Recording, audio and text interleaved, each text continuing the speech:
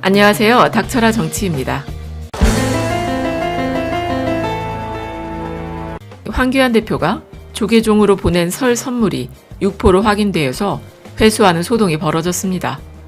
그러니까 지난 17일 서울 종로구 한국불교 역사문화기념관이 있는 조계종 총무원 등에다 황교안 대표의 명의로 설날 선물이 도착을 했는데 선물을 뜯어보니까 백화점에서 구매한 것으로 추정된 황교안 대표의 선물이 육포였다는 겁니다. 더구나 그 선물은 조계종 총무원장인 원행스님을 보좌하는 조계종 사서실장과 조계종의 입법부, 중앙총회 의장 등 대표 스님 앞으로 배송이 된 건데 얼마나 당혹했겠습니까? 이건 뭐 종교 탄압도 아니고, 아니 대승불교의 영향을 받은 조계종이라면 수행자인 스님이 절에서 육식을 안 한다는 건 초등학생이라도 다 아는 거 아닌가? 게다가 불교의 5개 중 하나인 불살생, 그러니까 다른 생명을 해쳐서 음식으로 먹는 걸 금하고 있는데 스님들한테 장난하는 것도 아니고 말이죠. 그래서 한국당 측에선 조계종에 직원들을 보내서 육포를 긴급 회수했다고 하는데 이것도 참 웃긴 게 왜 자기들이 잘못을 해놓고 애꿎은 직원들을 고생시키는 거냐고. 물론 한국당에서는 황교안 대표가 올해 설날 선물로 육포를 준비했지만 불교계 쪽으로 보내는 선물은 다른 걸 마련했다고 하네요. 그래서 다른 곳으로 갈 육포가 잘못 배달된 거라고 하는데 이 주장에 대해서 누리꾼들은 이런 반응을 보이고 있어요. 뭐라고 하냐면 말해봐. 괜찮아, 말해봐. 난 황교안이 일부러 보냈다고 본다. 주소는 정확히 찍어놓고 배송 탓하냐? 저는 유통업에 있는데 선물 배송 건이 착오가 나면은 욕을 바가지로 먹기 때문에 2번, 3번 확인을 합니다. 스님들이 육포를 안 드시는지 몰랐거나 그게 아니면 고의로 보내신 것 같네요. 그리고 어떤 분은요, 배송 탓? 주소도 있는데 배달원이 바보입니까? 얼마나 정확히 배달해주는데. 그러니까 누리꾼들은 이번 육포 배달 사건이 고의라는 것이죠. 아마 그 이유를 추측해보자면 기독교 세력을 이런 이슈로 모으려는 거 아닌가 싶어요. 어쨌든 황교안 대표는 육포 사태가 터지자 제가 미숙하고 잘 몰라서 다른 종교에 대해서 이해가 부족한 부분이 있었다고 하면서 불교계에 사과드린다고 했는데, 그런데 말이죠. 이런 비슷한 일이 작년에도 있지 않았습니까? 바로 부처님 오신 날 황교안 대표가 법요식에 참석해 합장을 하지 않아서 종교 편향 논란이 일어나기도 했었죠. 그때도 황교안 대표는 이번에 했던 사과와 똑같은 말을 하지 않았습니까? 제가 미숙하고 잘 몰라서 다른 종교에 대해 이해가 부족한 부분이 있었다. 자신은 크리스천으로 계속 생활해 왔었고 절에 잘 가지 않아서 여러 가지 절차나 의식에 대해서 부족한 점이 많이 있을 것이다. 앞으로 그런 부분을 배우고 익히도록 하겠다고 했었죠.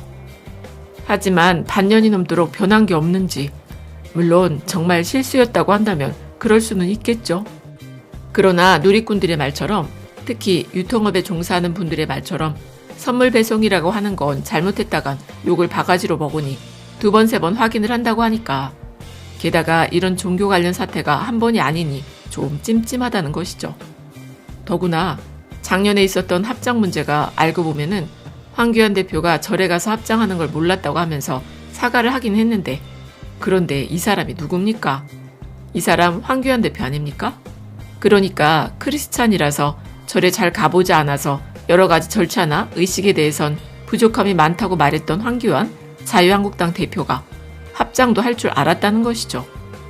그러니까 바로 작년 3월 14일 독실한 개신교 신자로 알려진 황교안 대표가 한국불교 역사문화기념관에서요, 스님들의 법당 참배 요청을 받아들여서 조계사 대웅전에서 합장을 했었다는 겁니다.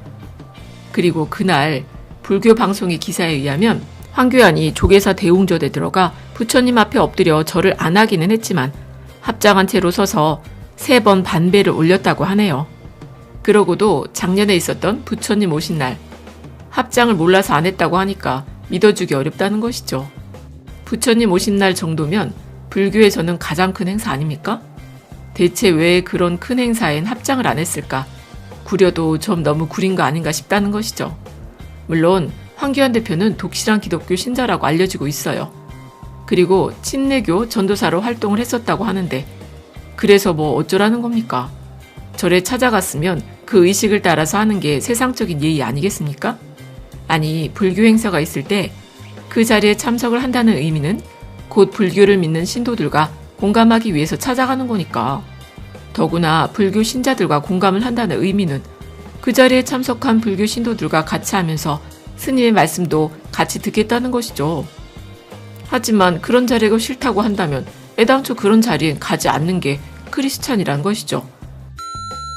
게다가 성경적으로 봐도요, 황교안을 무슨 다니엘이나 요셉 같은 사람과 비교하는 기독교인들이 있는데, 하지만 성경에 나오는 다니엘이나 요셉 같은 사람은 이방신을 섬기던 애굽왕 바로나 느부갓네살 왕이나 다리오 왕을 향해서 이방신 섬기는 사탄의 자식이라고 하거나, 아니면 종북이니 빨갱이니 하면서 비난을 해댄 게 아니라 오히려 그런 왕들을 위해서 기도하고 열심히 섬기며 결국엔 그 바로나 느부갓네살 같은 왕들도 하나님을 찬양하도록 만드는 순종을 했었다는 겁니다.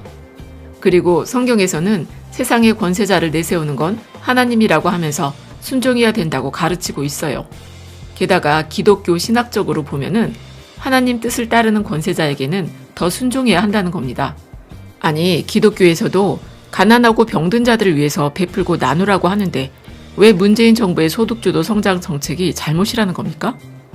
참고로 60대 이상의 인구가 작년에만 해도 59만 명이 증가를 했었고, 지난 3년간 문재인 정부가 들어서 163만 명 정도가 늘어나게 됐는데, 정부가 나서서 단기 일자리라도 만들어 60대 인구 중 4분의 1 수준의 고용률을 기록했다고 하면은 그건 성경적으로 봤을 때 아주 잘하고 있는 거 아닌가? 성경에서 60대 인구는 사람도 아니라고 했나요? 더구나 민간기업에서 나머지 4분의 3을 고용했다고 하니까 더 칭찬해줘야 하는 일 아니냐는 것이죠. 그리고 기독교에서는 무기를 너무 의지하지 말라고 하지요. 그래서 다윗의 아들 솔로몬이 망하게 된 것 아닙니까? 솔로몬 왕이 무기를 너무 의지하다 보니까 하나님의 미움을 받게 된 건데, 그런데 왜 우리나라가 핵무기를 만들어야 하냐고.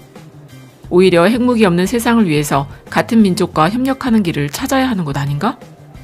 아니, 하나님을 잘 믿는다면서 그래서 길거리에서도 큰 소리로 외치며 기도도 하고 새벽마다 나가서 예배도 드리고 하던데, 믿음이 없어서 핵무기에 의지를 한다면 그러면 기독교를 뭐하러 믿느냐는 것이죠. 그러니까 이런 소리를 해대는 분들은 기독교인이라고 하기엔 자기가 믿는 종교가 뭐라고 가르치고 있는지 몰라도 너무 모르는 것 아닙니까? 게다가 목사들 말을 따르지 못하면 지옥에 가는 거 아닌가 싶어서 목사가 시키면 무조건 생각도 안 하고 따르는 분들이 많은데, 성경에서 가르치는 믿음은 하나님의 말씀을 생각해보고 따르라는 겁니다. 그냥 무조건 믿습니다, 아멘, 할렐루야 하는 게 아니라 맞는지 틀리는지 좀 생각을 해보고 따르라는 거예요. 기독교의 하나님은요, 사람에게 이성이라는 걸 주셨습니다. 더구나 의심이라는 감정도 주셨죠. 그러니까 이런 귀한 감정을 사람에게 주셨으면 그걸 또 제대로 활용을 하는 게 하나님께 보답하는 거 아니겠어요? 그래서 이성을 좀 써가며 이리저리 의심도 하면서 목사가 뭐라고 하는지 깊이 좀 생각을 하면서 믿는 믿음은 절대로 믿음이 없는 게 아니라는 것이죠.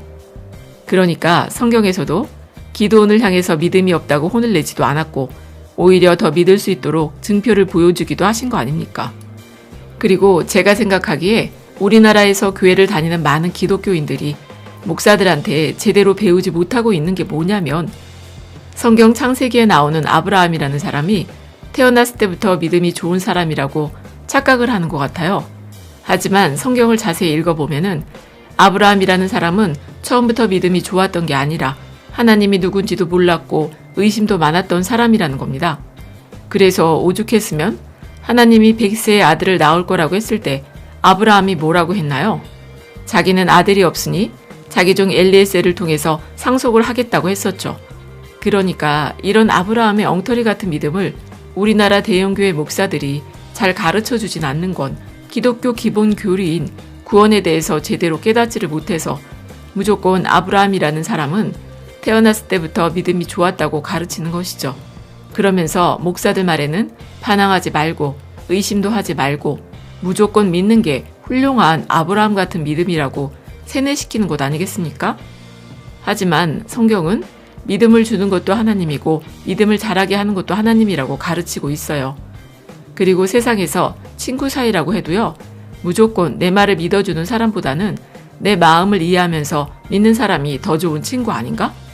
그러니까 기독교인들이라고 한다면 하나님이 주신 이성을 가지고 끊임없이 생각을 하면서 의심도 해가면서 목사의 말이 맞는지 틀린지 성경과 비교도 해보며 판단을 하는 게 올바른 기독교 신자라는 겁니다. 어쨌든 깨어있는 기독교인이라면 하루빨리 총선이 다가오기만 기다리고 있을 것 같다는 생각이 드네요. 끝까지 들어주셔서 감사드리고 좋은 의견 있으시면 댓글 많이 남겨주세요. 감사합니다.